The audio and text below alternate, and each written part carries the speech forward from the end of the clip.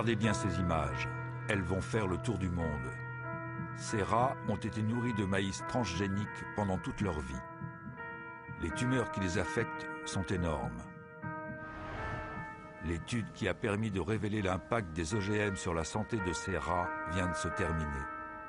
Elle a bénéficié de moyens techniques et financiers exceptionnels. Pendant 2 ans, nous avons pu en suivre tout le déroulement. Après des années de doutes et de polémiques, allons-nous enfin connaître la vérité sur les OGM? Ne serions-nous pas alors face à un scandale de santé publique touchant le monde entier?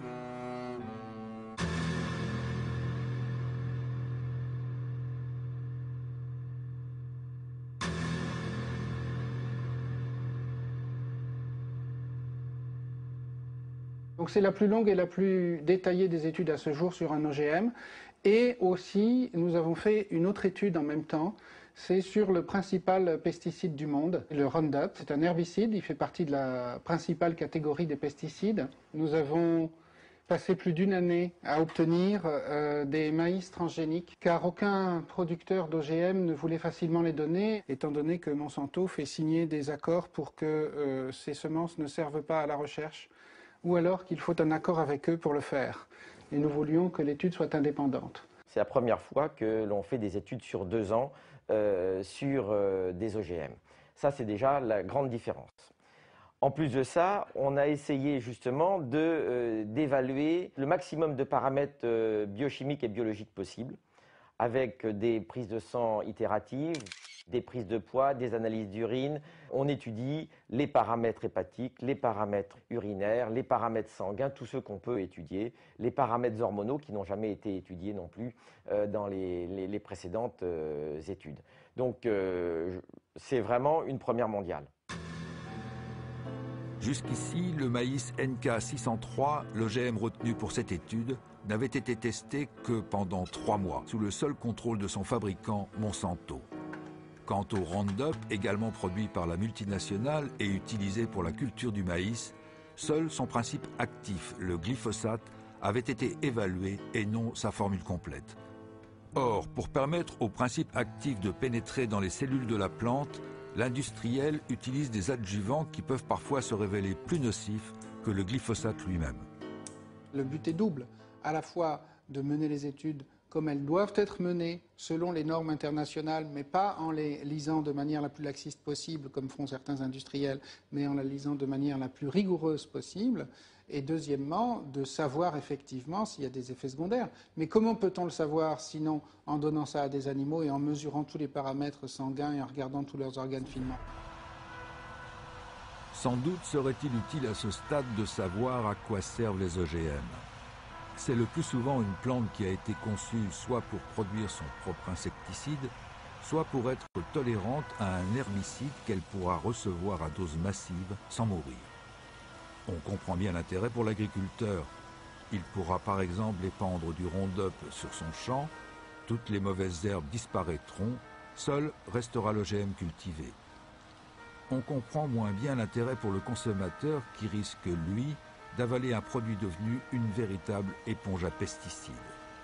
D'où l'importance de pouvoir évaluer l'OGM et les résidus qu'il contient, et le pesticide seul. Alors pourquoi ça n'avait jamais été testé? Parce que les compagnies, elles faisaient leurs tests soit avec de l'OGM traité au Roundup, comme il se doit, et donc on ne pouvait pas différencier l'effet OGM de l'effet Roundup, soit elles faisaient, sans le préciser, le test sur l'OGM. Il n'y avait pas vraiment de standard à ce niveau.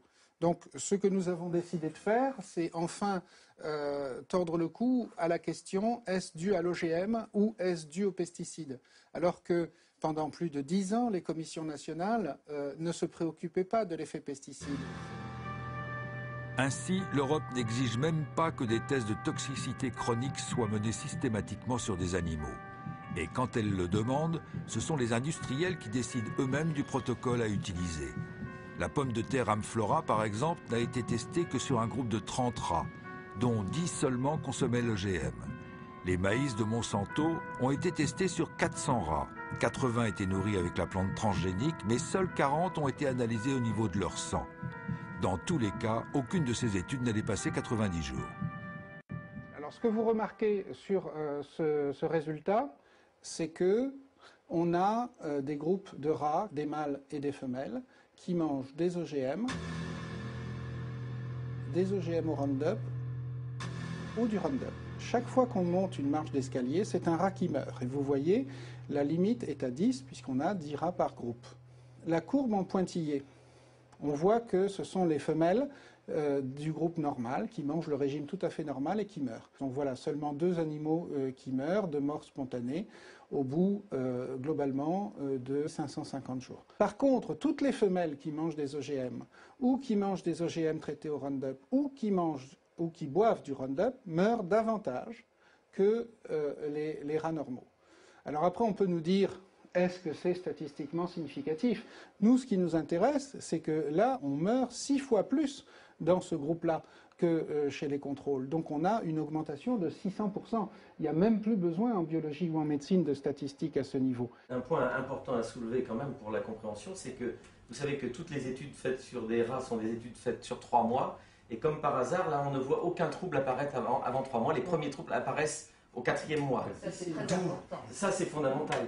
Ça veut dire que des études sur 3 mois ne servent à rien. Exactement. Si ce n'est à donner de bonne conscience. L'équipe du professeur Seralini a disséqué chacun des 200 rats pour analyser exactement ce qui affectait leurs organes. Le but, tenter de comprendre comment chacun des 3 régimes, OGM, OGM et Roundup seul, pouvait agir sur le métabolisme des animaux, particulièrement en ce qui concerne l'apparition de tumeurs qui, sans surprise, ne se développent seulement qu'après le 3e mois. Alors, le nombre de tumeurs palpables, bien visibles, qui apparaissent chez les animaux au cours de l'expérience sont représentés sur cette figure. Donc là, on a les rats qui ne reçoivent que des OGM face à ceux qui mangent une nourriture normale. Vous voyez qu'il y a très peu de mâles qui ont des tumeurs. Ils sont plus résistants pendant la durée du traitement. Donc, ce que nous remarquons sur ces figures, c'est que chaque fois qu'on monte une marche d'escalier, ce sont des grosses tumeurs qui font au moins 17 mm sur 17 mm, ce qui veut dire que pour le rat, pour montrer des photos, c'est énorme, hein, ça peut être l'équivalent d'une tumeur grosse comme ça chez l'homme, hein, énorme. Il se trouve qu'on a identifié chacune de ces tumeurs et 94% des tumeurs sont des tumeurs dites mammaires, c'est-à-dire ce qui correspondrait à des tumeurs du sein chez la femelle. Donc là, il y a des tumeurs du rein chez les mâles, mais il y a aussi des tumeurs mammaires, ce qui est assez exceptionnel chez les mâles. Ça laisse soupçonner un effet hormonal. Et d'ailleurs, qui n'est pas dose dépendant. Le cancer, 60% des cancers du sein, en fait, dépendent de perturbations hormonales. L'étude du professeur Seralini nous réserve une dernière surprise. Et celle-là est de taille. Alors que l'on pouvait soupçonner que la surmortalité des rats serait principalement due aux pesticides associés au maïs, il semblerait que l'étude ait mis en évidence pour la première fois au monde un effet dû à la transgénèse elle-même. C'est-à-dire que le seul fait d'intervenir sur le génome de la plante pour le modifier pourrait avoir des conséquences que personne jusque-là n'avait prévues. De quoi remettre en cause toutes les conceptions scientifiques ayant conduit à l'invention des OGM. On n'avait jamais testé le Roundup lui-même pendant 2 ans. Ceci dit, le Roundup, dans nos études cellulaires, montrait que les cellules de foie, d'embryon, de rein, de placenta, de cordon ombilical mouraient beaucoup plus vite. Donc là, on peut dire que globalement, on a cette surmortalité OGM et Roundup. Mais ma plus grande surprise, ça a été de constater cette surmortalité pour l'OGM tout seul, sans Roundup. C'est-à-dire que les OGM faisaient mourir plus vite et plus fort les femelles et même certains mâles que le régime contrôle.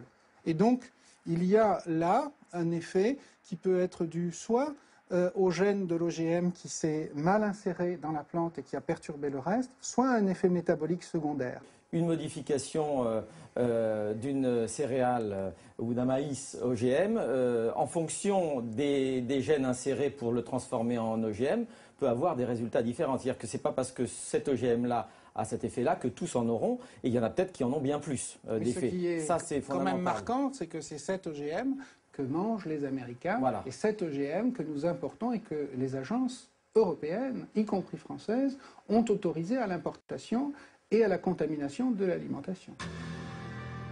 Aujourd'hui, seuls 2 OGM, un maïs et une pomme de terre, sont cultivés dans quelques pays européens. Ce qui n'empêche pas 27 millions de tonnes de soja transgénique d'entrer chaque année dans les ports européens. Ce soja sert à nourrir nos animaux de boucherie, mais il entre aussi dans la composition de nombreux produits alimentaires.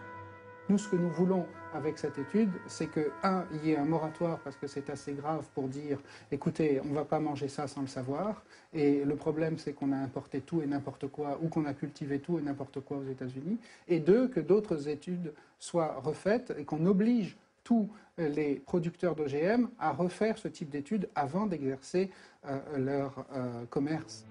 Un moratoire suspendant la culture des OGM a été adopté par la plupart des pays européens, dont la France. Au vu des résultats de l'étude du CRIGEN, il serait peut-être temps de l'étendre à tous les OGM agricoles alimentaires. Pour établir une vérité définitive en science, il faut des équipes, du temps, des moyens. Trop cher, trop long, diront certains. Mais en acceptant ce prix, est-ce que nous n'aurions pas pu éviter des scandales sanitaires récents ? Alors, les OGM vont-ils provoquer un nouveau scénario catastrophe ? C'est à l'évidence un risque que l'on ne peut courir et dans l'attente de certitudes scientifiques, il faut employer le fameux principe de précaution dont on parle si souvent et que l'on applique si peu.